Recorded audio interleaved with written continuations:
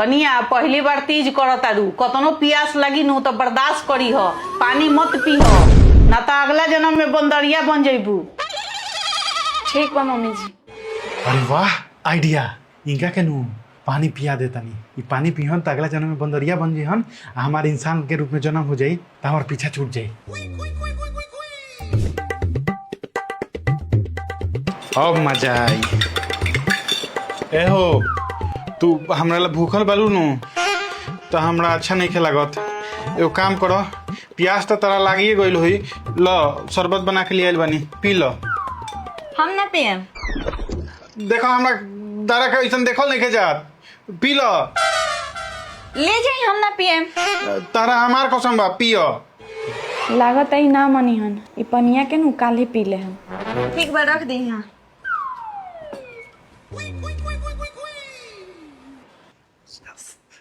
का बात बड़े कि इतना खुश बड़े? जाना तो आज का कोई नहीं हो, उनके के नु पानी पिया देनी हो। अब अगला जन्म से हमार पीछा छूट गई, वो अगला जन्म में बंदरिया हो जिहन, हमारे इंसान के रूप में जन्म होई। पागल कहीं का, शादी बियाह 7 जन्म के रिश्ता होला, एक जन्म में ना छूटे। अगला जन्म में वो बंदरिया हुई तते बानर हो जेबे, बानर। पीछे देख पीछे। हैं? सास नु कभी माई नहीं की बन सकत, अब बहुत हो गई, अब हम बूढ़ियों के सेवा ना करें। संपत्ति चाहिए सास के बेटा चाहिए, सास के बेटा के कमीनी चाहिए, और सास के सेवा ना चाहिए तो जा तनी सब संपत्ति बेटी के नामे लिख देवे। मम्मी जी, हम सेवा ना करम तो की करी? रउआ तनी तनी बात में खिसिया जानी। ए जी सुनी ना, हमारे भाई के बियाह होखे वाला बा, तो सिखा दी कि मेहरारू के साथे कैसे रहल जाला। ठीक बा, वो है ना, तू जा। जीजा जी मरना का है? ये से मरनी हो कि मेहरारू कभी भी हाथ उठा सकतिया, तो हमेशा सेल्फ डिफेंस ला तैयार रहे के चाहिए। भाई देखो, ये कब देखा था नु? हाँ कब कहे तुरला? जीजी हम कहाँ पूर्णिया? कभी भी मेहरारू के गलती होके तो वो गलती तहार होला, मेहरारू के ना। ठीक बा, सॉरी जीजा जी, कब फोड़ देनी।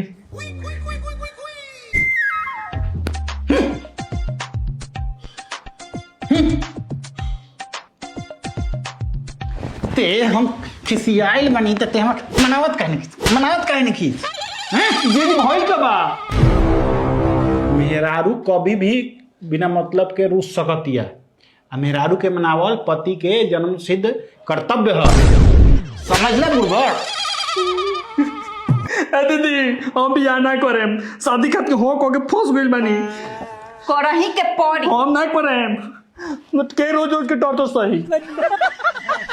मम्मी जी, रउआ बोले नहीं नु कि बगल वाली भाभी से सीखो, बगल वाली भाभी से सीखो। हाँ तो वो अच्छा बड़ी तो कहेम ना, अच्छे आदमी से नु अच्छा बुद्धि सीखल जाला। जाना तानी बगल वाली भाभी का कइले बड़ी? का वो अपना सास के सारा गहना बेच के या नैहर सब पैसा भेज देली। जाए दो कनिया, तू बहुत अच्छा बारू, तू उनकर बुद्धि मत सीखी है।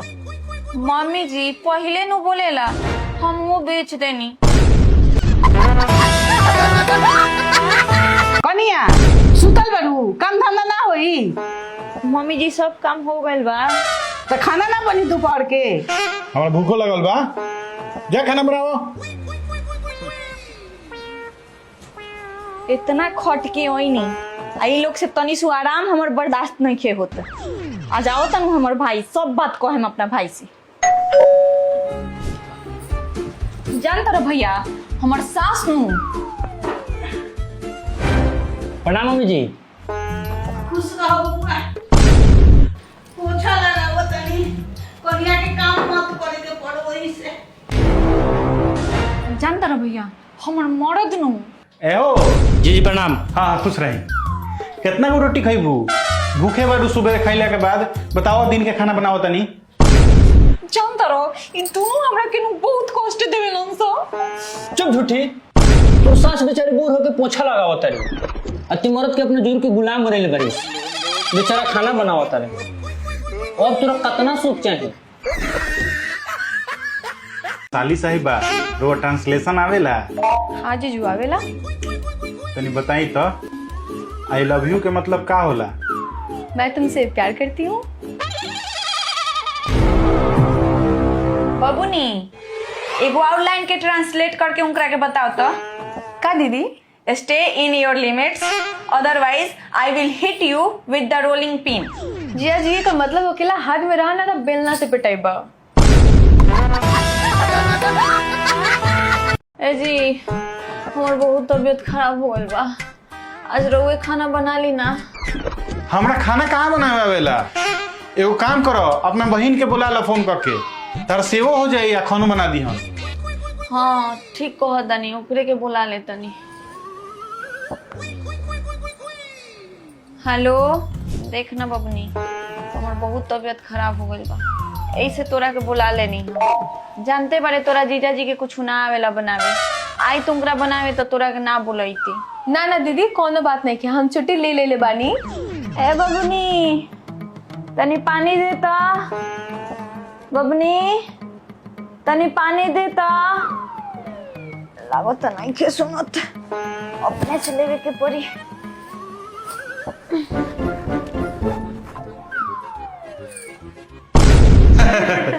हमरा से स्पीड में आलू केहू ना छिल पावेला, एकदम हम कट कट कट कट कट आलू छिल देवे नहीं। आज जब हम कॉलेज में रही तो आलू तो हम इतना स्वादिष्ट बनाई कि लोग हाथ चट चट के खात रहे, अंगुरी छोड़ दी। लेकिन दीदी तो कहत रही रहो खाना बनावे ना आवेला। अरे उनका से तो हम झूठ बोलनी है, झूठ बोलनी है तबे न लोग आई नहीं है। अब लोग आगल में तो हमें मन लगा था, कितना अच्छा लगा था हमरा। हमरा से आलू ना छिलल जाई, हम नहीं के छिले के सीख सकत, और वही सब करी।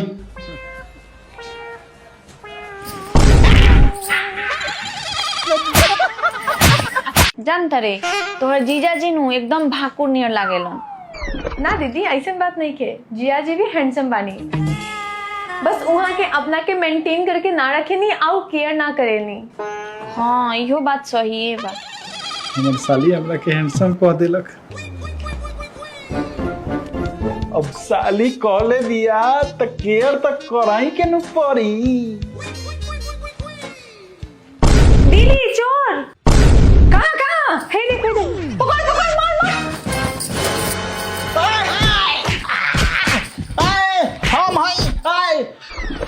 हम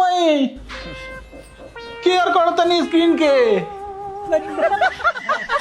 ज्यादा तबीयत खराब बा का होता हार? ना ना उतना नहीं खे, तनी सिर में दर्द बा।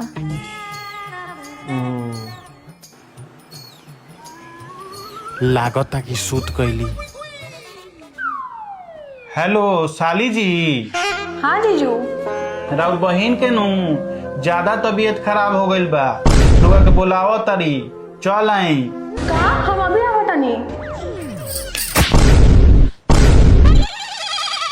अच्छा ठीक बा, तबीयत ठीक बा, तबीयत ठीक हो गइल बा इनकर, ठीक बा रखो तनी। हैं ई कैसे बीमारी बा इतना जल्दी ठीक हो गई? तोरा के काले कहले रही नु कि 5 के पहरा सुना एक बा, चल सुना पहरा। 5 का 5, 5 दूनी 20, 5 त्रिके 35, 5 चौका 80। हाय गलत क्या सुनाओ तारीस? पापा रउआ बोले ले रही 5 के पहाड़ा सुनावा के, इना बताले रानी की गलत सुनावे की कबा की सही। एहो जाए के बाद दीदी अभी राखी बनवावे, साड़ी बता दो ना, गिफ्ट ले जाए। हमरा भी कहाँ साड़ी बा, कोई को खरीद के देनी है, आगे नहीं मांगे, जाई 500 रुपया दे दे हम। एहो तू नानी दिलू हो साड़ी, है देखो अपना बहिन ला 6000 के साड़ी खरीद ले। ना हम 6000 के साड़ी ना देवे देम, अभी कुछ करो तनी। 6000 के साड़ी देम? हाँ हमरा याद आ गइल बा, हमरा भी साड़ी बा, उहे ले जाके दी। एली बेटी 6000 के साड़ी तो हम ही पहनम, देखी कैसन साड़ी बा।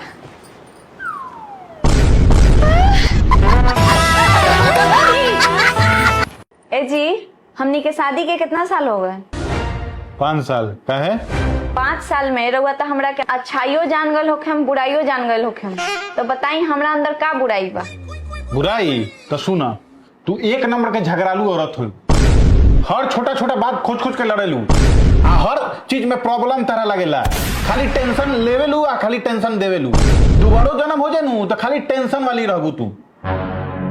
जब इतने हमरा में बुराई बा तो हमरा साथे रहत कहला बानी? हम जात नहीं नहीं हट। ए बताई ना का बुराई बा? सोचे का लगनी? बुराई? तारा अंदर बुराई? तू तो अच्छाई के मूरत बारू, अच्छाई के मूरत।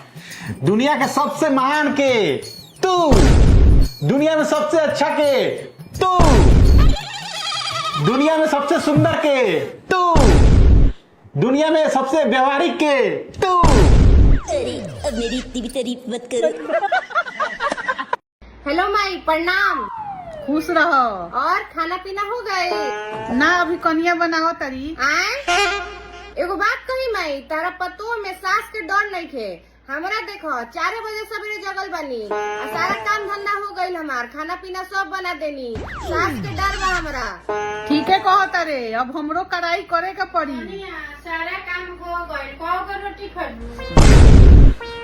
5 को बना दी करे ते कहो तारे कि सब काम हम कर लेनी है, सास से सारा काम करवाओ तारे।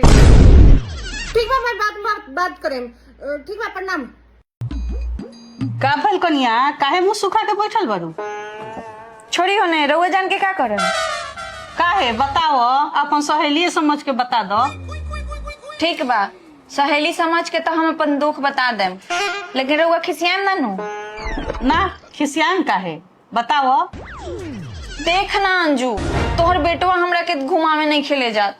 कौन ना ओकरा के घुमा देवे की? हम घर में बैठल बैठल बोर हो गइल बानी। अरे ई का बदतमीजी बा? कैसे बात करता रहो तू? तो रउए नु कहनी हां अपन सहेली समझे के, तो हम अपना सहेली से ऐसे ही बतियानी।